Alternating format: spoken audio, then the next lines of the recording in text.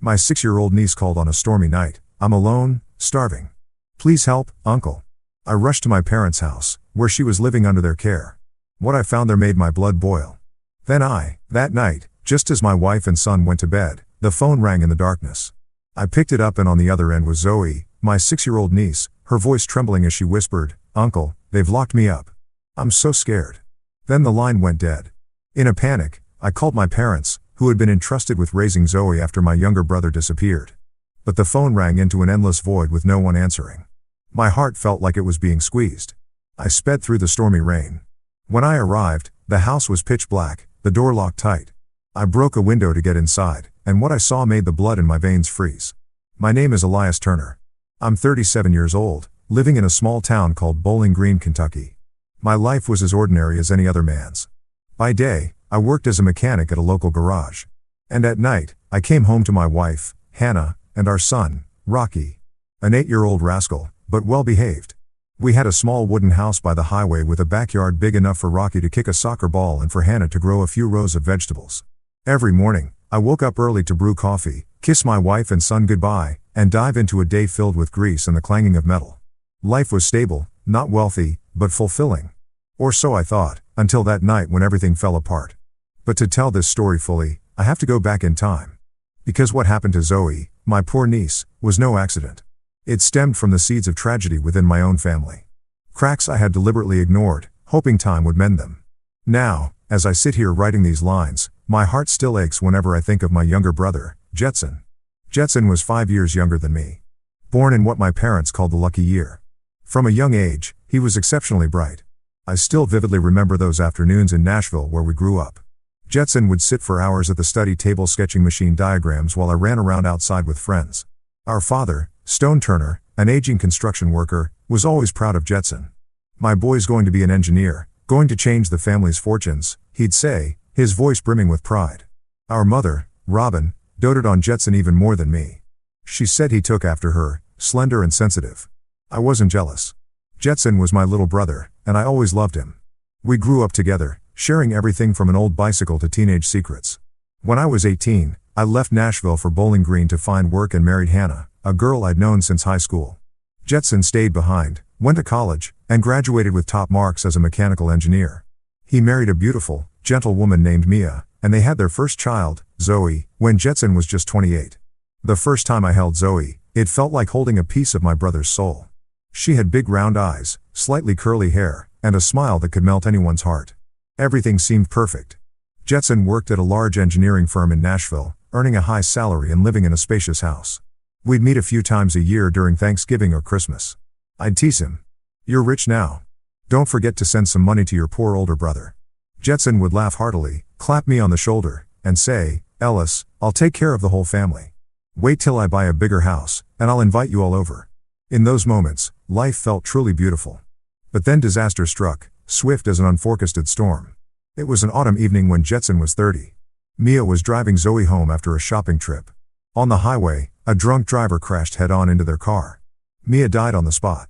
Zoe miraculously survived with only minor injuries, but Jetson, he completely fell apart. I got the call from the hospital and drove like a madman from Bowling Green to Nashville. When I arrived, Jetson was sitting by Zoe's bedside, his face pale, eyes red and swollen. "Mia, she's gone," he whispered, his voice breaking. I hugged my brother, trying to hold back my tears, but my heart was shattered. Mia was everything to Jetson. His first love, his partner, the mother of his daughter. From that day, Jetson changed. At first, he tried to stay strong. He kept working, raising Zoe with help from our parents. But the pain was too much. Jetson started drinking. First a glass to forget, then entire bottles. He quit his job, stayed holed up in the house, and forgot to eat. I called him every week trying to reason with him. "Jetson, you have to live for Zoe. She needs her dad."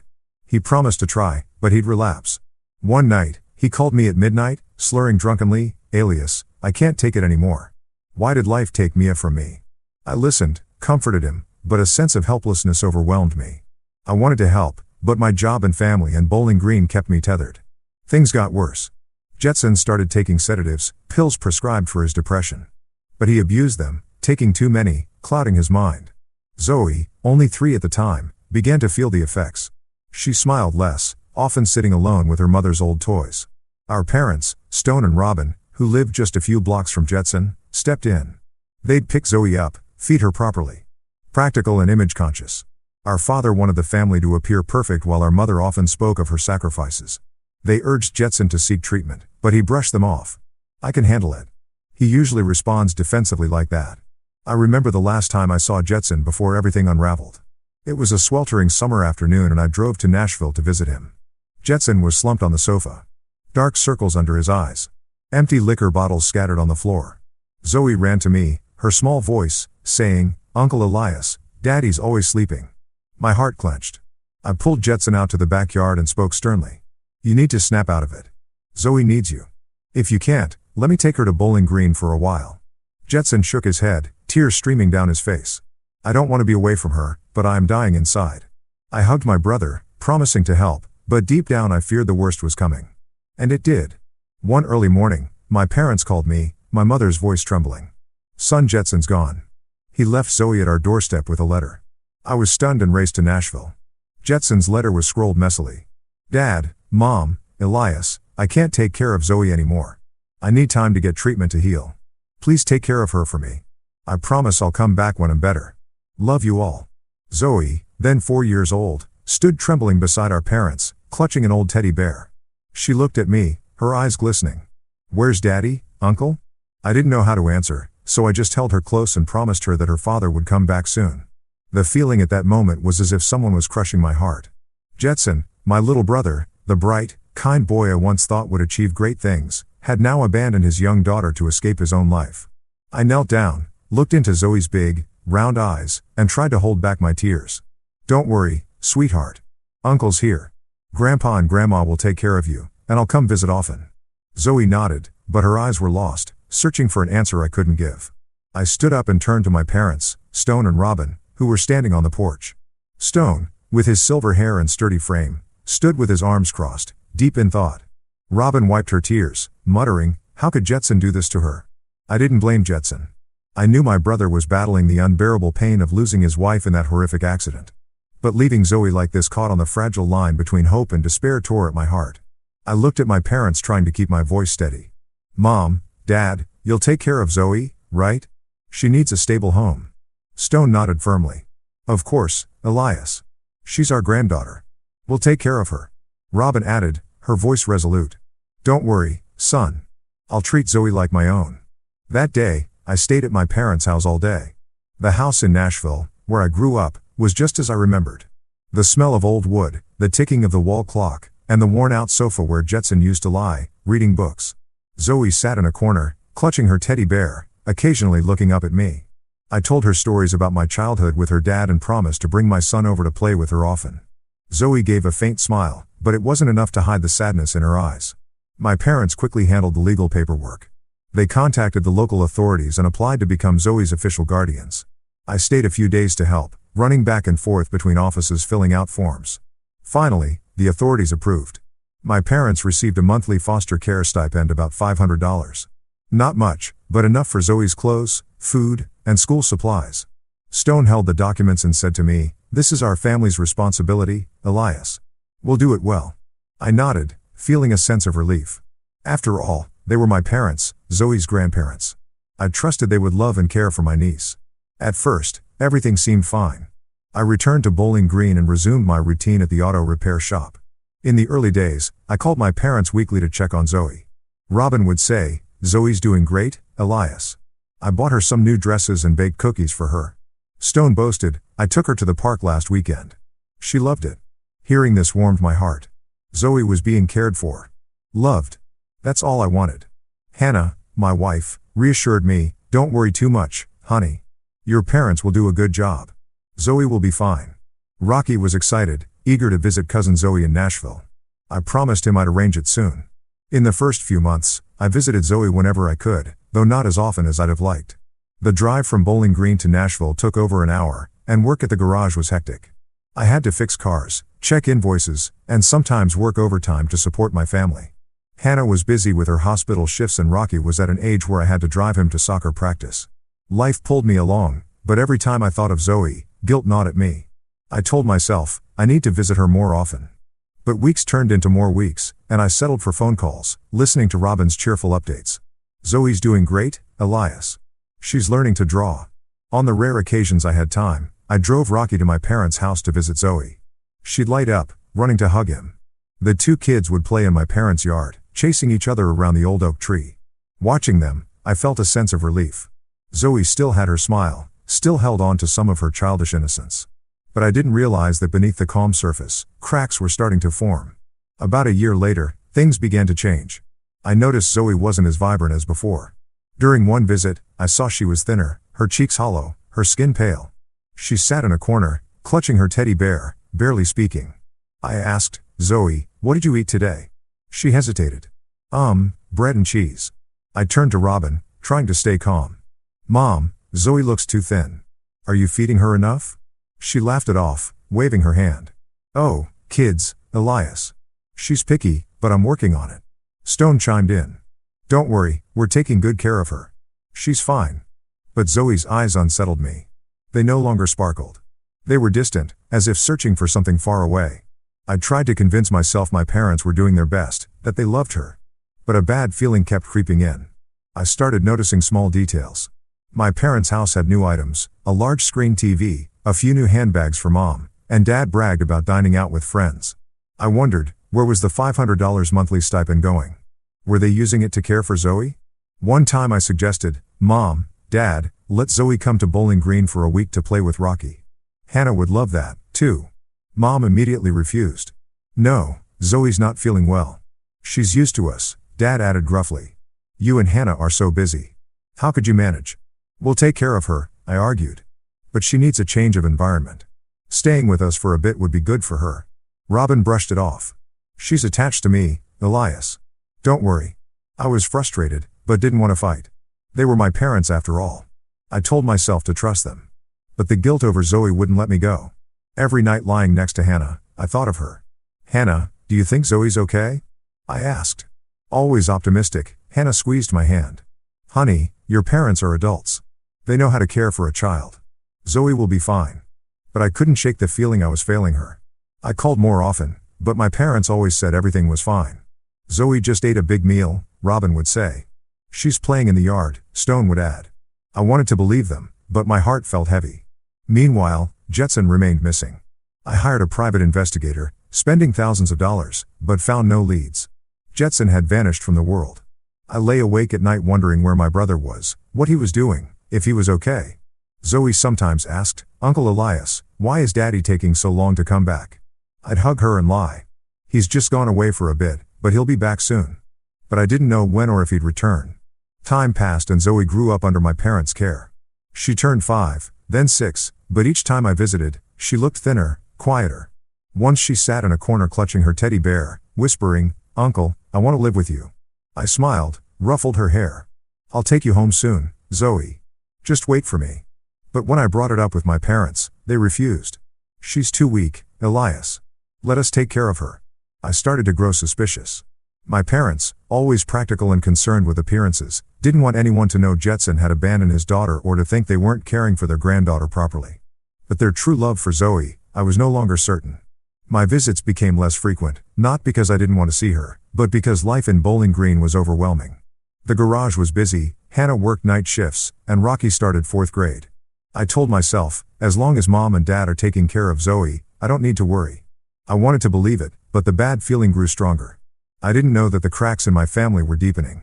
My parents, whom I trusted, were growing indifferent to Zoe. The stipend I thought was for her care, was being misused, and Zoe, that poor little girl, was quietly suffering in the home that was supposed to be her haven.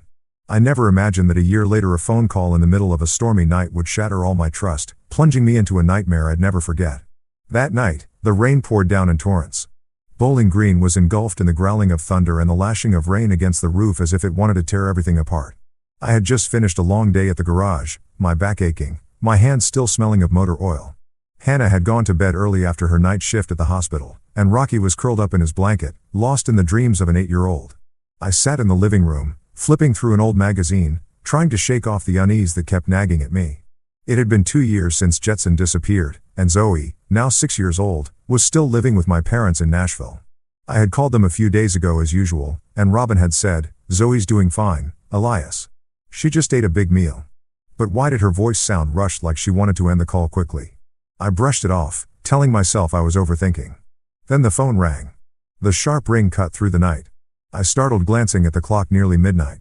Who would call at this hour? An unfamiliar number, but the area code was Nashville. My heart pounded as I picked up. "Hello," I whispered, not wanting to wake Hannah. On the other end, a trembling tiny voice came through as if from another world. "Uncle Elias, I'm locked up. I'm so hungry. I'm scared." It was Zoe. Her voice was frail, halting as if she were holding back sobs. I froze, my hand gripping the phone tightly. "Zoe, where are you?" "Locked up." "How?" "Tell me." But there was only static. Then the line went dead. I called back, the ring echoing uselessly. No one answered. Panic surged like a wave, drowning all reason. I rushed into the bedroom and shook Hannah awake. "Hannah." Zoe called. "She said she's locked up. She's scared. I'm going to Nashville now." Hannah sat up, eyes still heavy with sleep. What's wrong with Zoe?" "Calm down. Call your parents first." My hands shook so much I nearly dropped the phone as I dialed my parents' number. It rang and rang. No answer. I tried again. This time Robin's mobile. Still nothing. My heart felt like it was being crushed. Zoe was in danger. I could feel it as real as the biting cold of the rain outside.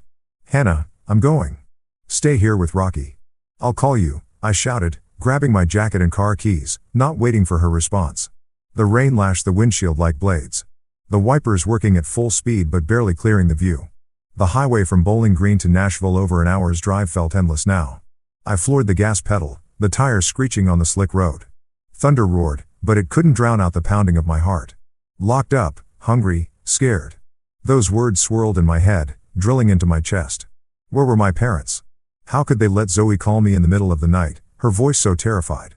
I thought of my visits, Zoe's lost eyes, her frail body. I had ignored those signs, trusted that my parents were taking care of her. Now I wanted to punch myself for my stupidity. The highway was pitch black, my headlights cutting through the thick rain. I tried calling Zoe's number again, but it was futile. I called my parents' home and mobile numbers. No answer. I told myself, maybe they're fast asleep. Maybe Zoe's just scared because of the storm. But deep down, I knew something was wrong. Zoe wasn't a child who exaggerated. If she said she was locked up, it was true. I pressed the gas harder, ignoring the rain threatening to engulf the car. The image of Zoe, tiny, clutching her worn teddy bear, flashed in my mind, making my eyes sting. Finally, after what felt like a lifetime, I reached my parents' neighborhood in Nashville. Their old wooden house loomed in the beam of my headlights, shrouded in the rain. The house was completely dark, not a single light seeping from the windows. I parked at the gate, jumped out, and was soaked in seconds. I pounded on the door, shouting, "Dad, Mom, open the door. Where's Zoe?" No response. I banged harder, my hand stinging, but only the sound of rain answered. I ran to the back door, hoping it was unlocked, but it was bolted shut. My heart raced, anger and fear mixing. Where was Zoe? If my parents weren't home, how did she call? And if they were here, why wasn't anyone answering? I didn't think further. Grabbing a large rock from the yard, I smashed the side door's glass window. The shattering sound drowned out the thunder. I carefully cleared the shards and climbed inside. The familiar smell of old wood and musty air hit me, but it brought no comfort. "Zoe," I shouted, flipping the light switch. No power. The house was swallowed in darkness, with only my phone's flashlight casting eerie beams on the walls. I searched the first floor, living room, kitchen, dining room, no one. My mind reeled. Where was Zoe? Where were my parents? I raced up the stairs, taking 2 steps at a time, calling Zoe's name nonstop. In the second floor hallway, I heard a faint noise like a soft whimper. I froze, my heart pounding. "Zoe, where are you?" The whimper came again from the small room at the end of the hall, the one my parents used as a storage closet. I ran to it, pushed the door, but it was locked. "Zoe," I banged on the door, my voice. A weak voice answered from inside. "Uncle Elias, I'm in here." I didn't hesitate. With all my strength, I kicked the door, the weak hinges giving way. In the dim light of my phone, I saw Zoe. She was curled up in the corner on the cold floor with only a thin blanket. She was pale, her cheeks sunken, her eyes hollow, her small hands clutching her teddy bear as if it were the only thing anchoring her to the world. "You finally came to get me?" Zoe whispered, her voice so faint I had to kneel to hear her. I scooped her up, her body frighteningly light as if she had no strength left. "You're okay now, Zoe." "Uncle's here," I said, But my voice broke. She trembled in my arms, ice cold. I looked around the room. No bed, no food, just a few crumbs of dry bread scattered on the floor. An old phone lay in the corner, probably borrowed from a school friend. Zoe must have used it to call me. Rage surged, but I suppressed it. Now wasn't the time. I carried Zoe downstairs, wrapping her in my jacket to shield her from the rain. "Uncle's taking you to the hospital." "Okay." Zoe nodded weakly, her head resting on my shoulder. I rushed to the car, placed Zoe in the back seat, and draped a blanket from the trunk over her. The rain soaked through my clothes, but I didn't feel the cold. All I felt was panic and the burning anger in my chest. I drove to the nearest hospital in Nashville, calling Hannah on the way. "Hannah, I found Zoe. She's not okay. I'm taking her to the hospital." Hannah gasped. "Oh my God, what's wrong with Zoe? Where are your parents?" I gritted my teeth. "I don't know. They're not home at the hospital." While I carried Zoe into the emergency room, nurses rushed over, placed her on a stretcher, and wheeled her inside. I stood outside, drenched, staring through the glass door. Zoe lay there, small and frail, surrounded by doctors. A nurse approached me. "Are you the child's relative?" I nodded. "I'm her uncle, Elias Turner." She jotted something down and said, "We'll check on her right away. Please wait here." I sank into a waiting room chair, my hands trembling. The image of Zoe curled up in that locked room haunted me. Where were my parents? How could they let this happen to her? The stipend, their promises to care for her. Were they all lies? I called my parents again, but still no answer. I texted Hannah telling her to stay with Rocky and that I'd update her. But in my heart, I knew everything had changed. The dark house, the locked door, and Zoe, the little girl I loved like my own, left starving and terrified. I swore to myself that no matter what happened, I wouldn't let Zoe suffer anymore. The hospital in Nashville was brightly lit. But the atmosphere was chillingly cold. I sat in the waiting area, my jacket still soaked from the rain, clutching my phone as if it were the only thing keeping me from falling apart. The image of Zoe lying on the stretcher, small, pale, her sunken eyes filled with panic, haunted me. I couldn't shake the moment I found her in that locked room, curled up on the floor, clinging to her old teddy bear like it was her last lifeline. Where were my parents? How could they let Zoe end up like this? The questions bored into my mind, each one like a stab. The emergency room door swung open. A doctor stepped out wearing glasses, his graying hair neatly combed, a name tag on his white coat reading Dr. Apollo Patel. He looked at me, his expression serious yet gentle. "Are you Elias Turner, the girl's uncle?" he asked. I nodded, standing up abruptly, my voice. "How's Zoe, doctor? Is she okay?" Dr. Patel gestured for me to sit back down, then sighed, his voice low. "I'll be straightforward. Zoe's condition is serious. She's suffering from chronic malnutrition, prolonged starvation, and physical exhaustion. There are also signs of psychological distress, likely from extended neglect. We're administering fluids and nutrients, but she needs close monitoring." His words hit me like a punch to the chest. Chronic malnutrition, prolonged starvation, psychological distress. I shook my head, struggling to process each word. How could this happen?" I stammered. "She lives with her grandparents. They get a stipend to care for her. How could she be starving?" Dr. Patel looked at me with sympathy. "I don't know your family's circumstances, but this didn't happen overnight. Zoe has been malnourished for a long time, possibly months, even a year. She's severely underweight, deficient in vitamins, and her mental state is unstable. Do you know anything about her situation before you brought her here?" I sank back into the chair, my mind reeling.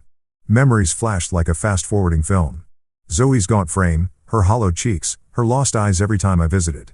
The times she whispered, "I want to live with you, uncle." And I'd just smile, pat her head, thinking she only missed me. The times Robin said Zoe's picky or Stone insisted she's fine. "Why are you worrying?" I had seen the signs, but I chose to trust my parents to believe they loved their granddaughter. Now the doctor's words tore through the facade of lies I'd built for myself. I had failed Zoe. I had let her suffer in silence.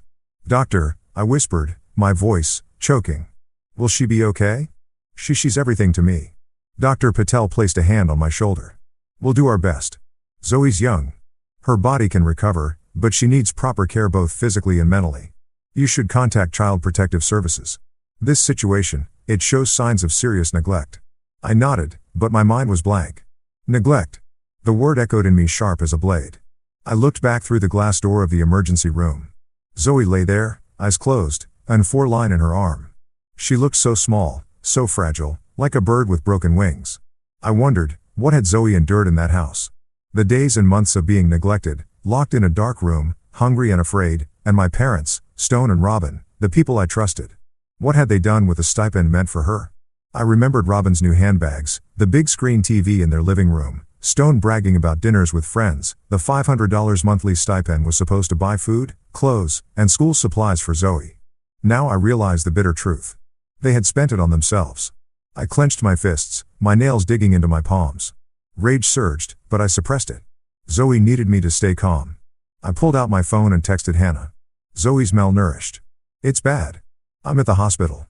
She'll be okay. Hannah replied instantly. My God, Elias, how did it come to this? I'll come see her tomorrow. Before I could respond, my phone buzzed. It was Robin's number. My heart tightened, but I answered, my voice icy. Mom, why are you calling so late? Robin's voice came through, rushed but hesitant. Elias, where are you? Have you seen Zoe?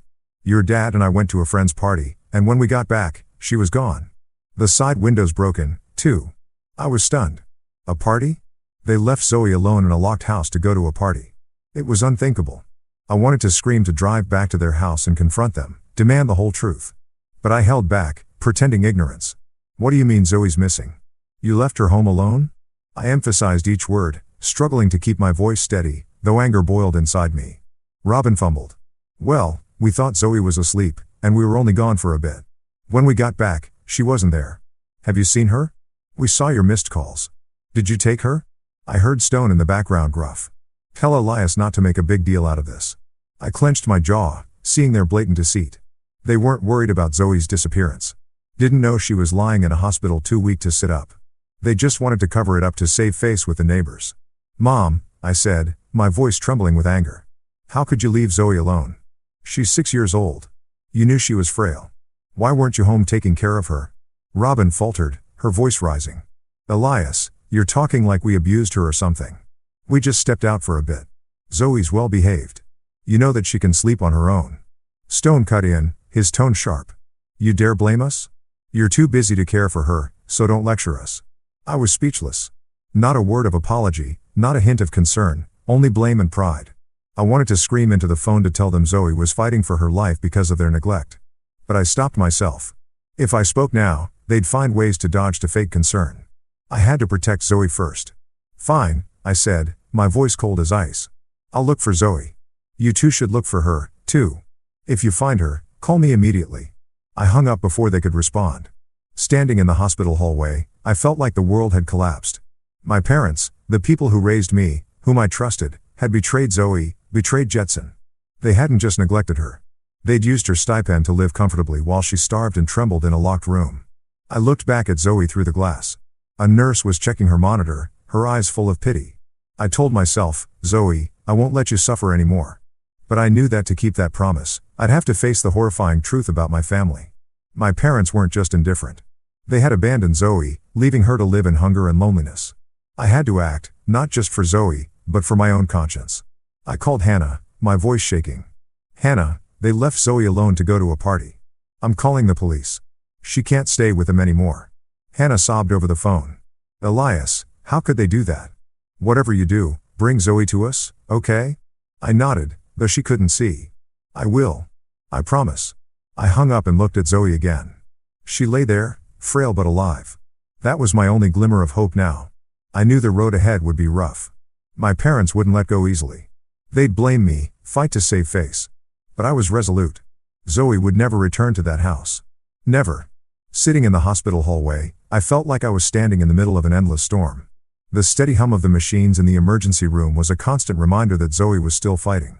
But I knew the real battle was only just beginning. I took out my phone, took a deep breath, and called the Nashville police. An officer's voice answered, Nashville Police Department. How can I assist you? I tried to keep my voice calm, though my heart was pounding. I want to report an incident.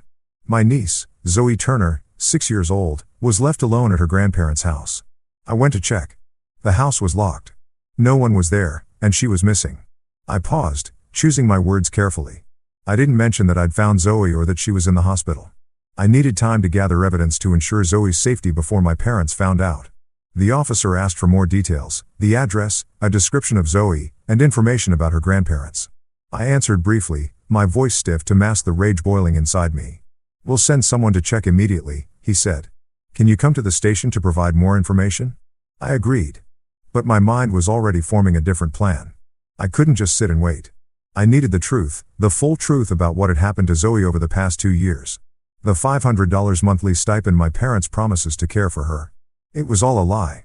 Now I had to find evidence to protect Zoe, to ensure she never had to return to that house. I looked back through the glass door of the emergency room. Zoe was still there, an A4 line in her arm, her small face pale, but calmer now. A nurse came out and said, "She's more stable now, Mr. Turner, but she'll need to stay for a few days for monitoring." I thanked her, but my heart was heavy. I needed to act quickly before my parents realized Zoe was here. I started thinking about what to do next. Check their bank accounts, find out how the stipend had been spent. I drove back to my parents' house. The rain had stopped, but the sky remained dark and overcast. The house was still pitch black, no lights on. My parents were probably out looking for Zoe. I entered through the broken window I'd smashed earlier. Inside, the familiar smell of old wood and mildew hit me, but now it sent a shiver down my spine. I turned on my phone's flashlight and went straight to Stone's desk in the living room.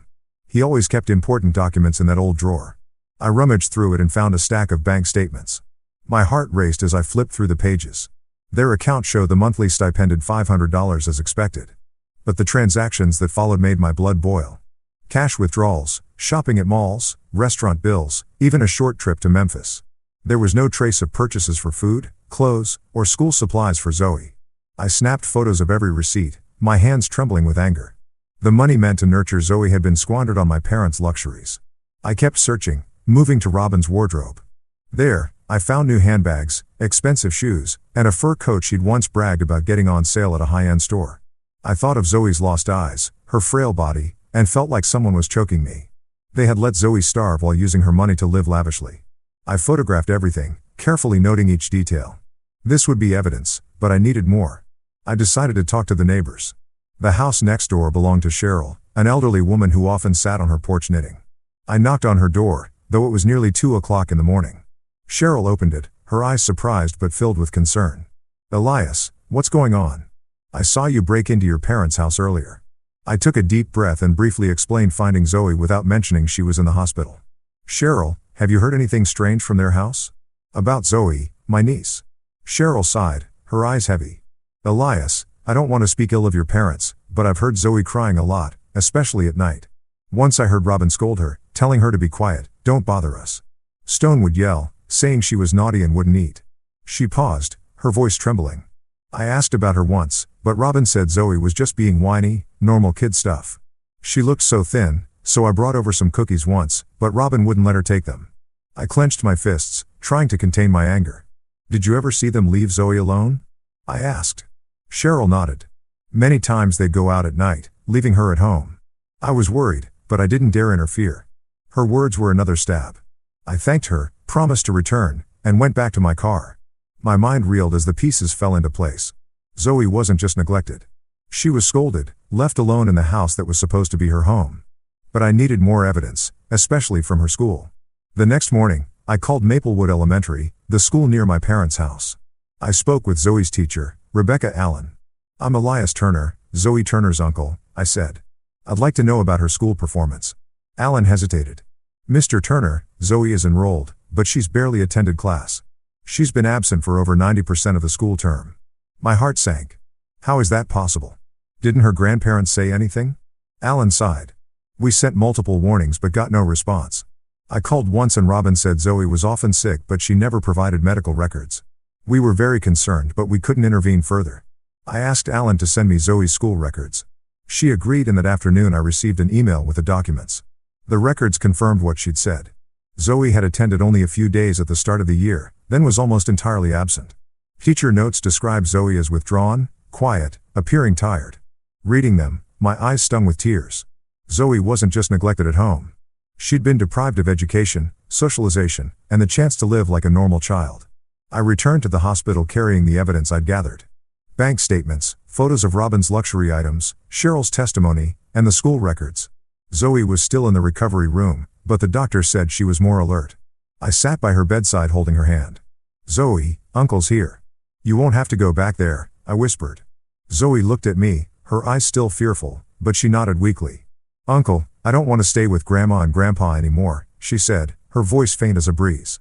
I hugged her, vowing to myself that I'd do everything to bring her to my family. I knew what came next. I needed a lawyer and to file a case to gain custody of Zoe. My parents wouldn't give up easily. They'd fight, not out of love for Zoe, but for their pride in the stipend. But I was ready. For Zoe, I wouldn't back down. I started looking for a lawyer. Hannah recommended Jennifer Lawson, a well-known family law attorney in Bowling Green. I scheduled a meeting with her the next morning, bringing all the evidence I'd gathered, my parents' bank statements, photos of Robin's luxury items, Cheryl's handwritten testimony, and Zoe's school records from Maplewood Elementary. As I placed the thick stack of documents on her desk, Jennifer, a blonde woman with sharp eyes, flipped through each page, her brows furrowing tightly. "Elias," she said, her voice low. "This is serious. This evidence clearly shows neglect. The bank statements in particular are compelling. The stipend was obviously not used to care for Zoe." I nodded, trying to suppress my anger. "Jennifer, I just want Zoe to be safe. She can't go back to her grandparents." Jennifer looked at me, her gaze softening. "I understand. We'll file a custody lawsuit. You're a direct relative with a stable job and family. Your chances are strong." Jennifer got to work immediately. She prepared the lawsuit detailing everything. Zoe's malnutrition, educational neglect, the neighbor's testimony, and the misuse of the stipend. I provided more information about my family, about Jetson and Zoe's circumstances over the past 2 years. Each time I recounted the story, it felt like someone was squeezing my heart. I had let Zoe suffer for too long, all because I trusted my parents. Now I had to make things right.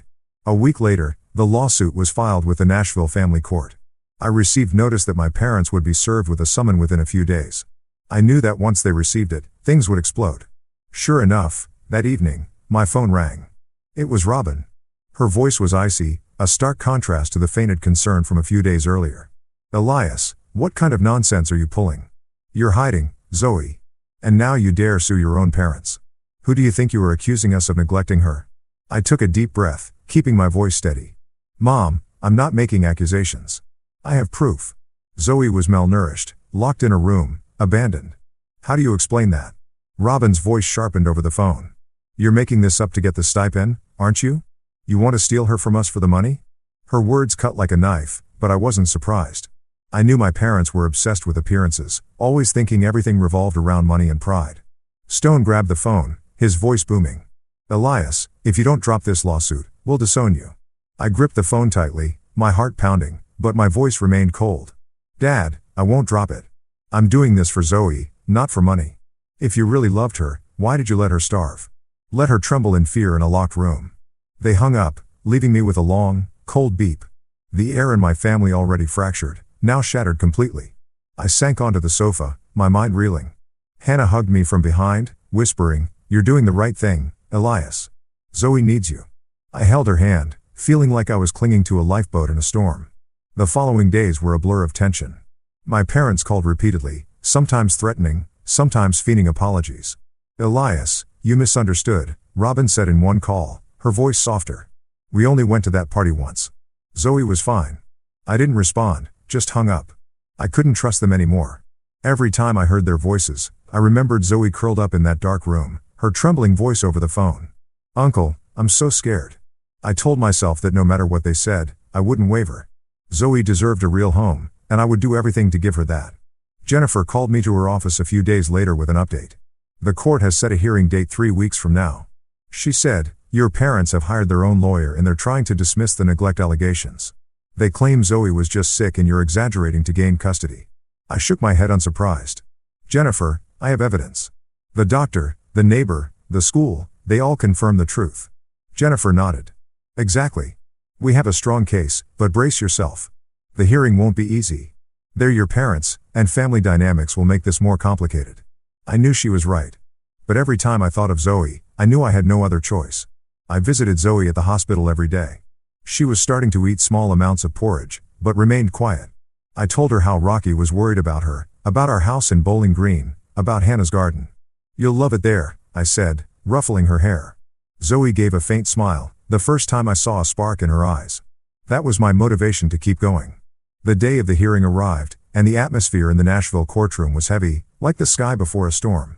I sat at the plaintiff's table next to Jennifer, clutching the stack of evidence tightly. Across from us, my parents sat upright, their gazes icy. Stone wore an old suit, trying to maintain an air of dignity, while Robin kept wiping her eyes as if playing the role of a grieving grandmother. Their lawyer, a middle-aged man with a smooth voice, looked at me as if I were a traitor. Zoe wasn't present. Jennifer said it was better for her mental state, but I felt her presence in every moment. Judge Franklin Moore, a tall man with a stern face, struck his gavel. "Let's begin," he declared. Jennifer stood up and presented the case: Zoe's malnutrition, educational neglect, the misuse of the stipend, and the neighbor's testimony. She called the first witness, Dr. Apollo Patel. He took the stand, his voice calm and steady. Zoe Turner suffered from chronic malnutrition, prolonged starvation, and shows signs of psychological distress due to extended neglect. This condition didn't develop in a few days. It's been ongoing for months, possibly a year. My parents' lawyer tried to counter. "Doctor, could it be that the child was just sick or a picky eater?" But Dr. Patel shook his head. "No, this is evidence of severe lack of care. A 6-year-old cannot cause this condition herself." I looked at my parents, hoping for a trace of remorse, but Robin only lowered her head and Stone frowned as if angry. The next witness was Cheryl, the neighbor. She took the stand, her voice trembling. "I heard Zoe crying many times, especially at night. Mr. and Mrs. Turner often left her alone going out until late. I once brought food over, but Robin wouldn't let Zoe take it." Their lawyer tried to twist her words. "You only heard crying. Kids can be whiny, right?" But Cheryl stood firm. "No, it wasn't whining. Zoe was scared and I was worried for her." Rebecca Allen, Zoe's teacher, was next. She presented the school record showing that Zoe had been absent for over 90% of the school term. "We sent warnings but received no response from Mr. and Mrs. Turner. She said Zoe was barely attending school." Judge Moore took notes, his expression growing more serious. Jennifer presented the receipts, highlighting my parents' extravagant spending. Handbags, dinners, a trip to Memphis. The $500 monthly stipend was meant to care for Zoe, but there's no evidence it was used for that purpose, she argued.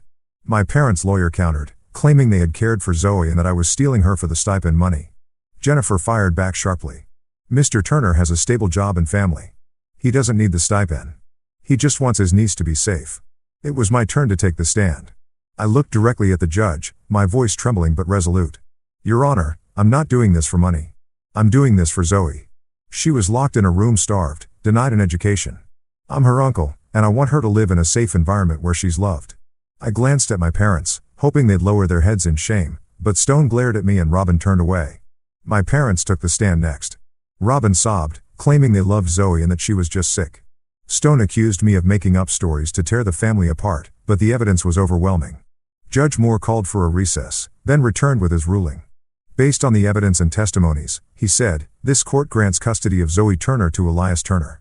Mr. and Mrs. Stone and Robin Turner will be monitored by Child Protective Services, and the foster care stipend will be terminated." The courtroom fell silent. Robin burst into tears, but I knew it wasn't for Zoe. It was for her pride. Stone stood up, pointing at me. "You'll regret this, Elias. You're no longer my son." I looked at him saying nothing. My heart itched, but I had no regrets. I had chosen Zoe, and it was the right choice. After the hearing, Jennifer patted my shoulder. "You did well, Elias. Zoe will be safe with you." I nodded, but my heart was still heavy. My family was broken, but I had no other choice. I drove back to the hospital where Zoe was waiting. I sat by her bedside, held her hand, and said, "Zoe, you're coming home with Uncle. Everything will be okay." She smiled faintly, hugged me tightly, tears streaming down her face. The feeling of Zoe's small hands clinging to me, weak, but full of trust, warmed my heart. I knew that from now on, I wasn't just Zoe's uncle. I would be her second father. A few days later, Zoe was discharged from the hospital. Dr. Apollo Patel gave me detailed instructions. She needs a special diet and regular psychological monitoring. Her mental state is still fragile, but with love and care, she'll recover. I nodded, committing every word to memory. As I carried Zoe to the car, she hugged her old teddy bear, looking out the window with a mix of curiosity and apprehension. "Am I going to meet Aunt Hannah and Rocky soon?" she asked, her voice tiny. I ruffled her hair. "That's right. They're waiting for you at home." The drive from Nashville to Bowling Green was strangely peaceful. I turned on the radio, choosing a cheerful children's song, hoping to help Zoe relax. She gave a faint smile, and I knew I was doing the right thing. When we arrived home, Hannah and Rocky were waiting at the door. Hannah ran out and hugged Zoe tightly. "Welcome home, Zoe." Rocky with a wide grin held up a small ball. "Zoe, I'll teach you how to play soccer." Zoe was shy, but her eyes lit up at the warm welcome. I looked at Hannah, feeling her unconditional love for Zoe. "Thank you," I whispered. Hannah squeezed my hand. "We're a family, honey. Zoe is our daughter." The first few days, Zoe was still scared. At night, she often woke up from nightmares, crying for me or Hannah. One night, I rushed into her room and found her curled up in the corner of the bed, clutching her teddy bear, whispering, "I'm scared. They'll lock me up again." I held her, soothing her. "No one will lock you up anymore, Zoe. Uncle's here. Aunt Hannah's here. Rocky's here. You're safe now." Gradually, Zoe began to trust us. The nightmares became less frequent, but I knew the wounds in her heart would take time to heal. I took Zoe to see a psychologist, Dr. Allison Pierce, a gentle but professional woman. During therapy sessions, Zoe slowly opened up, sharing about her time with my parents. The days she was left hungry, locked in a room, scolded for crying. Each story was like a knife to my heart. "Uncle Elias, I just wanted to make Grandma and Grandpa happy, but I always did something wrong," Zoe said, her eyes welling with tears. Dr. Pierce reassured her. "Zoe, you didn't do anything wrong. You deserve to be loved." I sat outside the room, listening through the door, my heart breaking, but I also felt hope. Zoe was slowly regaining her confidence. At home, we tried to give Zoe a normal life. Hannah cooked nutritious meals from chicken soup to homemade cookies to help Zoe gain weight. Rocky became her best friend. He was always protective of her. One day, I saw Rocky holding Zoe's hand, leading her to the backyard to play soccer. "Don't be afraid. I won't let you fall." Zoe laughed loudly the first time I heard her clear, carefree laugh. Those moments, Hannah singing lullabies, Rocky playing with Zoe, our family gathered around the dinner table, were medicine for both Zoe and me. I enrolled Zoe in Rocky's elementary school, Bowling Green Elementary. On her first day, she held my hand tightly, her eyes anxious. "Uncle, what if the teacher scolds me?" I knelt down, looking into her eyes. "The teacher will love you, Zoe. And Rocky will be there with you." Rocky, standing nearby, puffed out his chest. "That's right. I'll protect you." Zoe smiled and I knew she was starting to settle in. Her teacher paid special attention to her, reporting that Zoe was doing well in school, though still shy. And Rocky was always by her side, ensuring no one bullied her. As the months passed, Zoe began to change. She gained weight, her cheeks grew rosier, and her smile appeared more often. Hannah and I turned the living room into a play area for the kids, filled with toys and books. Every evening, we read bedtime stories to Zoe and Rocky, tales of courage and family love. One night, Zoe hugged me before bed, whispering, "Uncle Elias, you're the best dad in the world." My heart melted. Zoe had found her home, and I knew that despite her painful past, she had a bright future ahead. 4 years passed in the blink of an eye. Zoe was now 10 years old, a lively girl who loved painting and playing soccer with Rocky. She called me and Hannah Dad Elias and Mom Hannah, which filled us with both emotion and pride. Rocky, now 12, remained a devoted big brother, always looking out for Zoe at school. Our family had become a tight-knit unit, but there was still an empty space in my heart named Jetson. My younger brother, who vanished 4 years ago, remained a mystery. I didn't know if he was alive or gone, but I always prayed he'd find peace. One autumn afternoon, while I was working on a car at the garage, my phone rang. It was an unfamiliar number, and I answered cautiously. "Hello, who's this?" On the other end, a familiar voice, deeper and more mature, came through. "Elias, it's me, Jetson." My heart skipped a beat. "Jetson," I whispered, hardly believing it. Where are you? Are you okay?" Jetson gave a soft laugh, his voice thick with emotion. "I'm okay. I want to see you and Zoe. I'm in Bowling Green." I raced home, my mind in turmoil. Hannah and Zoe were in the backyard tending to the vegetable garden. When I told them about Jets, Hannah hugged me. "Oh my God, Elias, he's back." Zoe looked up, her eyes curious. "Dad, Jetson, is he really back?" I nodded, holding back tears. "Yes, Zoe. Your dad's back." An hour later, Jetson appeared at our doorstep. He had changed. Thinner with streaks of gray in his hair, but his eyes were bright and full of life. Dressed in a sharp suit, he was no longer the man drowning in alcohol and pills 6 years ago. When Zoe ran to him, Jetson knelt down, enveloping her in a hug. Tears streaming down his face. "Zoe, I'm so sorry. I'm sorry for leaving you," he said, his voice breaking. Zoe clung to him, sobbing. "Ted, I missed you so much." I stood there watching their reunion, my heart torn between joy and pain. Jetson turned to me, gripping my hand tightly. "Elias, thank you. Thank you for saving Zoe, for giving her a home." I shook my head. "Jetson, I just did what was right. You're my brother, and Zoe's your daughter." Jetson shared that over the past 6 years, he had sought therapy, gone to rehab, and then moved to California to start over. Now, he was a successful entrepreneur running a small tech company. Jetson stayed with us for a week to reconnect with Zoe. He spent time playing with her, taking her to the park, and telling her about the years he fought to overcome his pain. Zoe slowly warmed up to her father, though she still called me Dad Elias. Jetson didn't mind, only smiling. "Ellis, you deserve to be Zoe's dad." And Jetson made a surprising declaration. "I'm cutting ties with Mom and Dad. After what they did to Zoe, I can't forgive them." I nodded, understanding his decision. I, too, couldn't forgive what our parents had done to their own granddaughter. The years of Zoe's neglect, hunger, and fear in that locked room had left scars not only on her, but on Jetson and me as well. But now, seeing Zoe smile brightly beside her father, I knew we had overcome the darkness to find light.